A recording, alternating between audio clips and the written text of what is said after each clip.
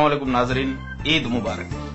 अवां जी ईद जी खुशियन के बीणू करण लाए असां वटि स्टूडियो में मौजूद आहे खानू खंडपति।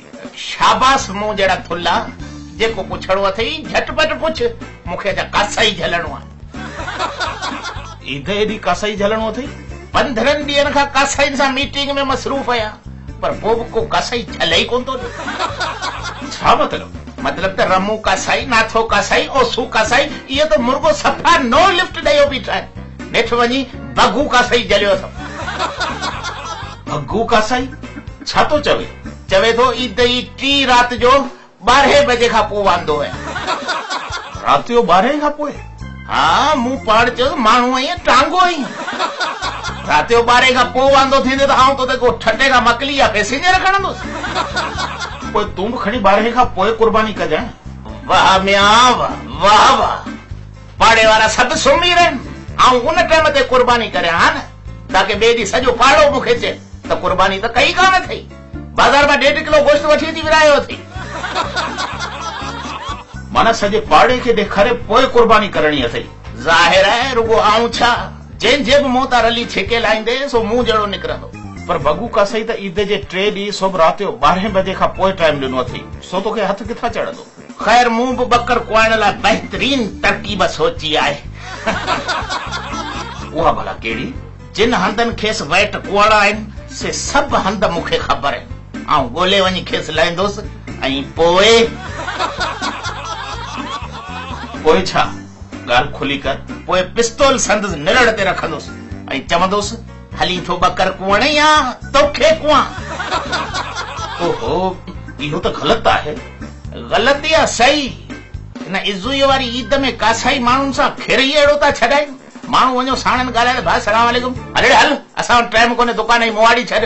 टाइम कोन्हे बाबा, असीं तव्हां खां को मसीतुनि मां बुआरा कोन था कढायूं। अहिड़ो माण्हू सां खिर था छॾे। पिस्तौल संदसि निरड़ ते रखण खां पोइ बि बगू कासाई जेकॾहिं तुंहिंजी ॻाल्हि न मञी त पोइ पिस्तौल संदसि पेरनि ते रखंदुसि ऐं चवंदुसि हली यार बकर हली कुहू। बकर जी मूं ते गार जी नाड़ी पई पए त मूंखे झटि कुआए। अॻिए जहान में मुंहिंजा माइट मूंखे सारी न पिया। पर पोइ बि जेकॾहिं कासाई तुंहिंजी ॻाल्हि न मञी त पोइ लालच ॾींदोसांसि त ॿिया बकर जी खल बि तोखे ॾींदुसि, मथां 500 बि ॾींदुसि। हाणे त हल।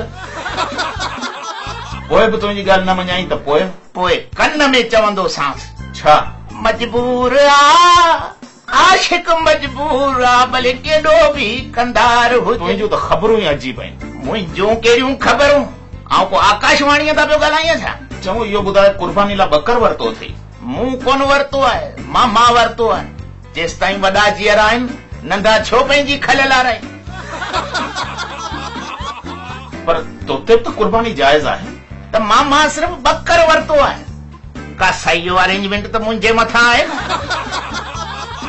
पर छा, वैट मांगो या सांगो मिलियो वञे, पर कासाई नथो मिले।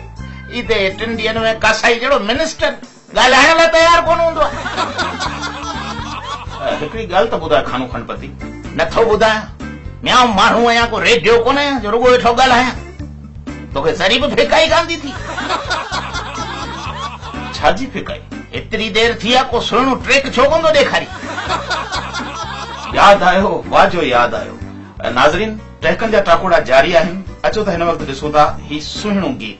मुझे हेड़ो प्यार न मिलंदी, कोशिश करे ॾिस यार तू, कोशिश करे ॾिस यार तू।